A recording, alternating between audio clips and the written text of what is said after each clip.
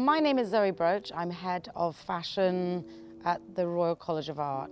I co-founded a fashion label called Boudica back in '97, which I ran for 20 years, which still exists, which very much was a wider way of thinking about fashion, but comes from the craft of make and material. I would presume you would call it luxury today, but it wasn't based on that. It came out of thinking, questioning, what is identity, what is society, which led me to follow through my role as head of program at the Royal College of Art. So there's this huge debate of excitement of the fact that we're not a school about science, we're a school about design. There were lots of ethics and values and questions that were about society and politics and what it means, and you can't rush into it. But there was definitely a kind of buzz of excitement that really allowed space for my students to be involved. And then it kind of took its own course from there, I think. I think I've lived with it all my life, is that people always have a perception about a fashion designer and its potential of its superficiality. But a fashion designer is dealing with identity and form and shape, and we really understand that 360 in a very physical way. We move very fast in our thinking, fast in how our industry operates, and there's this add-on that fashion ends up being at the end of a process, which we talked about recently, actually last week, in a debate at the Royal College with Hélène. And I see this as the error, that actually you bring in someone to design something at the end of a scientific process, which is very long and considered. What I'm interested in is the collaboration of the different ways that that thinking brings when you bring in a fashion designer earlier in the process. It doesn't mean they have to be there throughout. That allows both practices to be respectful of each other and find their own form. But having a fashion designer coming along when the science is building and making error, wandering if you like, which I love, because error is to wander in Latin.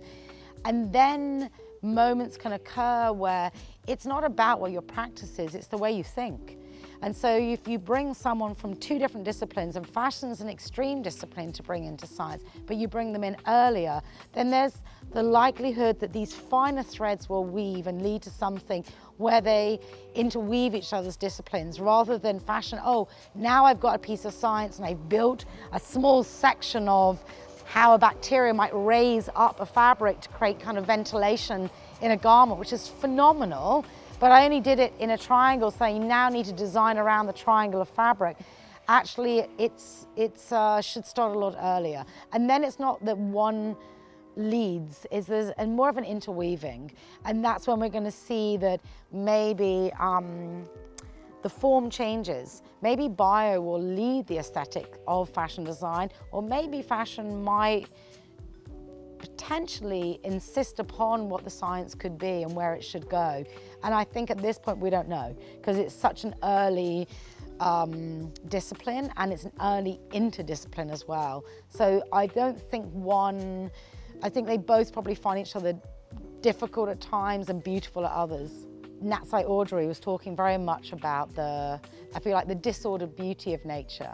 And the other thing that I find really interesting is how bio will challenge what aesthetics is. So coming from a fashion design perspective, mine is quite linear and quite ordered. And when you look at nature in the micro level, it's mathematical and quantum and spin foam, and it's very ordered. When you look at it sort of the next level up, it's dirty and organic, and when you step far back, it's deeply beautiful. And there are these new perspectives of how we're going to learn, be taught by nature itself. And that fascination leads me to the fact that we've got these two pathways right now. We have the nature of the world, the idea that biology and bio we can learn from, and then you have 0 and 1 and artificial general intelligence, and where that will lead to super intelligence. The thing is, this is moving incredibly fast, with all dark side bubbling up very rapidly, but with lots of investment being positive is really important, but positive is also about being realistic, and we all know that collaboration is really hard. So that idea of failure is an essential part of science, and what's wonderful about science is when something fails, it's great because you cross it off. Whereas I think a lot of other disciplines are much more emotionally intertwined with failure. So how that's going to manifest itself and that new learning, and we've discussed almost now is the time to watch the study of how at this time, not 10 years ago, not 5 years ago, but now, all those kind of known troublesome areas around interdiscipline and collaborations will occur. But equally, I feel quite strongly that industry actually needs to really invest without wanting to take too much.